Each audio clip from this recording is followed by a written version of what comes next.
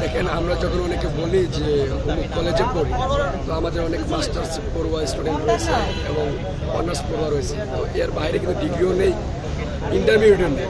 তো অনেকে মানে হয়তো বা ইন্টারে পড়ে, কলেজ মানে ইন্টার, সাধারণ পাবলিক মানে কলেজ মানে ইন্টার। এবং এই কলেজ শব্দটায় থাকার জন্য যারা অন্যান্য পাবলিকে পড়ে, নামমাত্র পাবলিকেও যারা পড়ে, তারাও আমাদেরকে ছোট চোখে দেখে, বাঁকা চোখে দেখে। কিন্তু আমরা কিন্তু এই জায়গাগুলোতে ভর্তি পরীক্ষা দিয়ে যার যার মেধা সক্ষমতা সেটা দেখিয়ে কিন্তু এই জায়গায় ভর্তি হয়।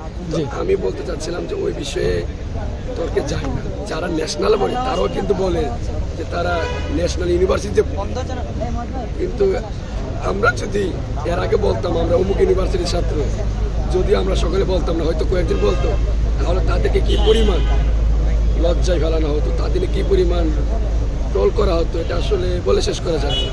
আমরা কেন সেটার শিকার হব? যদি ন্যাশনাল ইউনিভার্সিটির ছেলে মেয়েরা যদি সেটা শিকার না হয়, আমরা তাহলে কেন শিকার হব? তো আমরা যদি শিকারই হয়েছি, আমরা তো সেখানে থাকতে চাই না। এখন সরকার সিদ্ধান্ত নিয়েছে সেখানে রাখবে না, তাই আমাদেরকে বিশ্ববিদ্যালয় করে দিয়ে, আর আমরা অনার্স মাস্টার্সে পড়ি, শুধুমাত্র অনার্স এবং মাস্টার্সে আমরা পড়াশোনা করি। তো আমাদের প্রতিষ্ঠানের নামে পাশে কেন কলেজ থাকবে? সেটিকে তারা বিশ্ববিদ্যালয় হিসেবে রূপান্তরিত করবে, এবং সেটি করার জন্য তো আমাদের যৌক্তিক বিষয়গুলো রয়েছে। এটি শিক্ষা মন্ত্রণালয়ের যুগ্ম সচিব কালকে তিনি নিজে স্বীকার করেছেন মিডিয়ার সামনে, যে জনগণের সামনে। তাহলে সেটি তারা কেন করবেন না বিশ্ববিদ্যালয়? এখনো বেশ কয়েকটি বিষয় রয়েছে। একে তো অনার্স মাস্টার্স পড়া স্টুডেন্ট কলেজ হিসাবে নিজেকে পরিচয় দিতে পারেন না বা এটা হয় না। দ্বিতীয়ত, বিশ্ববিদ্যালয় হওয়ার জন্য যাবতীয় যে সার্বিক বিষয়গুলি থাকে বা দরকার, আমাদের সেটি প্রায় সবগুলো রয়েছে। যদি 2-4টে না থাকে, সেটি রাষ্ট্রের উচিত দ্রুত সেটি পূরণ করে দেওয়া।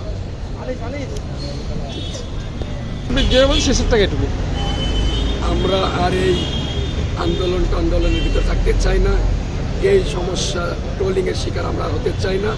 আমাদের এই 28 বছরের দীর্ঘ আন্দোলনকে সরকার খুব দ্রুত শেষ করে দিক, আমাদের বিশ্ববিদ্যালয় করে দিক, আমরা পড়াশোনায় ফিরে যাই, দেশের সবাই নিয়োজিত হওয়ার জন্য নিজেদেরকে ওইভাবে গড়ে তুলি।